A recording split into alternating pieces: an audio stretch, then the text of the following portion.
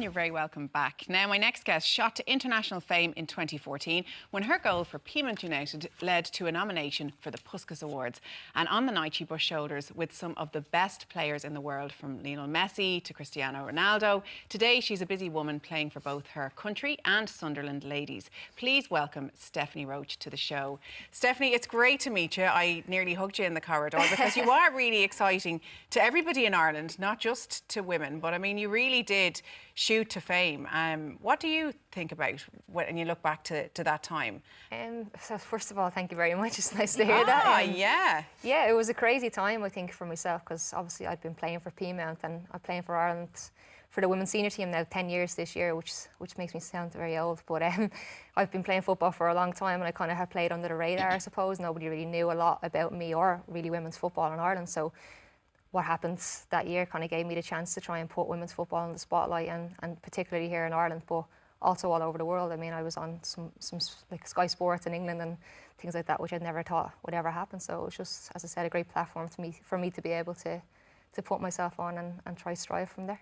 And remind people what exactly you were up for with that award. It was the Puskas World Goal of the Year, so I think previous winners have been Zlatan Ibrahimovic, Lionel Messi, Neymar, Rooney, people like that were nominated for it. So obviously there was a lot of top players nominated, and I was one of the first women to ever get to the top three. So it was obviously a very proud moment for me and my family. I was obviously gutted not to win, being very competitive, but as I said, it was nice to be up there amongst it with some of the best names in the world of football. I mean, it was an absolutely incredible goal, and that's from somebody who knows absolutely nothing about sport. It was really incredible. Yeah. And on the night, you just held yourself so well. I mean, you must have been... I think I was just nervous, to be honest with you. Like, the day flew in, the whole day. Like, I was there from 10 a.m. doing interviews and stuff for FIFA, and it was just crazy because I was looking forward to the day so much, but in the build-up to it, there was so much going on with the vote for Steph for Puskas all over Twitter, and there's so many people getting behind it that I had to kind of also get behind it and push it as well. So I didn't really have any time to get excited about it, if that makes sense. So it was like the day came and then it was over, and I was like, kind of just relaxed. Did that even happen? It was just crazy, yeah, it really was. And obviously it was a brilliant experience, and I got to bring my family, my brother and my dad, and my boyfriend came as well. So it was brilliant to be able to experience what I experienced with them as well. So where do you have the famous photo of you walking along? And I mean, it looks like they're checking you out. I mean, I don't even know if they are, because I think it's a bit unfair, but I mean, why wouldn't they? You looked incredible. Just look over my left shoulder, you can see my boyfriend's head. He's behind me. And when we were coming up to there, obviously they're two of the best footballers in the world, so all them cameras, you can kind of see some of the hands. There was literally about 100 photographers standing there, so I was just like, right, get by here, don't fall. There were wires everywhere, so I was like, get by here as fast as you can. And it looks like I'm kind of turning my head away from them, but really I'm just like, right, walk, get past here, be cool. Oh, you look they got a good photo cool out of it, but yeah. You look confident because, you know, you're there at the top of your game with some of the best players. It's absolutely incredible. So do you have that photo up in your toilet or anything? It's really, really bad, isn't it? I've never even got it developed. I have it on my phone and I have it on a lot of my family are always saying, oh, you must get that blown up. So maybe one day when I'm 50 and have my own house here in Ireland, it might be a long time away, I'll be able to get it blown up and have it on the wall. So what about now? I mean, with the table, people can't see, but you're quite badly injured. You arrived with almost a cage on your leg. It's actually a lot scarier than it looks, to be fair. I had the brace on my leg today.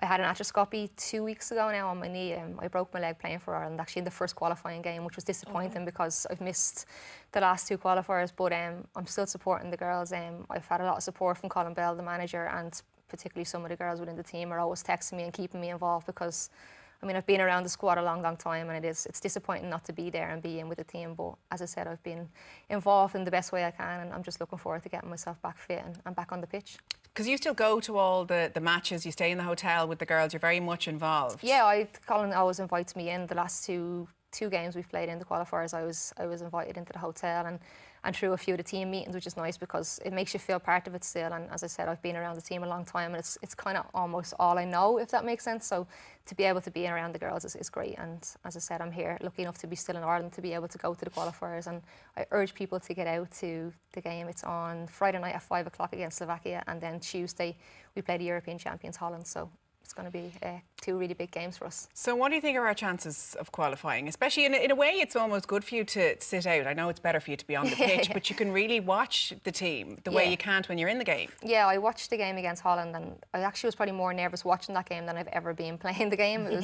It's a different kind of aspect, and you're watching it from the outside. It's hard because you can't actually do anything about what's happening on the pitch, and obviously, I want to be playing all the time as well, but the girls have done extremely well, and that's why I hope a lot of people get behind us. We've got Aviva now who are sponsoring us and really trying to push it and push the media to kind of come to the games and see us for themselves. I think there's a bit of a taboo around women's football that maybe it's not as good as men's, but if you come out and watch the games, I'm sure you'll see that we're every bit as capable, and hopefully make the Irish nation proud and get to a World Cup finals. Because the whole thing about equality is just to be the same, isn't it? And we don't have to be like, oh my God, aren't you great for girls? Exactly, or, I think that's slowly that changing. goal alone shows you that, you know. Yeah. I watched it, I was like, ooh. You can be up with the best of them. Yeah. Yes, but when I was walking down the corridor and I thought, oh yes, a model, beautiful long nails, 18-foot legs. I automatically thought you were a model coming on the show. Yeah, so very much.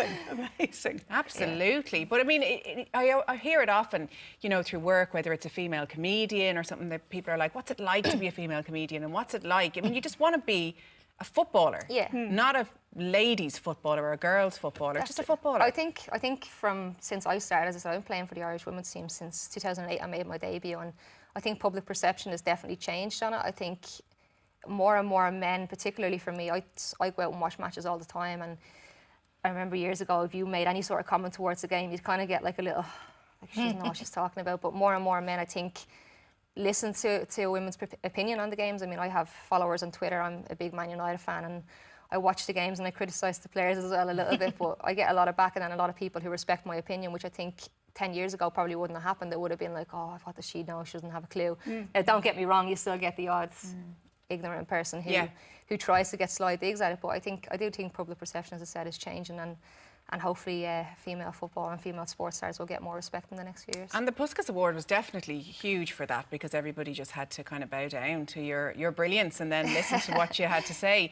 What about last April then? You and the team came out and spoke about changing in toilets, sharing tracksuits, and that the standards just weren't the same for women's football. Has that changed since? Yeah, I think it was very important for us at the time. A lot of the girls, particularly, I think Emma Byrne, was around the team a long, long time, and she was, I suppose, the catalyst in it with myself and Anya and a few other girls who had been around and seen the talent that we've seen coming through, and I suppose we've missed out so many times just a little bit, you know, a little bit more kind of quality in our preparation. We probably would have got there, and we had a new manager coming in who I think is brilliant for us. We had somebody who was going to push us, but we knew we needed a little bit extra away from what we do week in, week out with the clubs. So I think it was really, really important for us to take that stance together, and I think it's proven in the qualifiers so far. The girls are very, very motivated, and they know there's extra pressure on us to do well at the minute, but I do think that girls in the past knew there was that bit extra that needed, and I think we've pushed to get that, and thankfully with,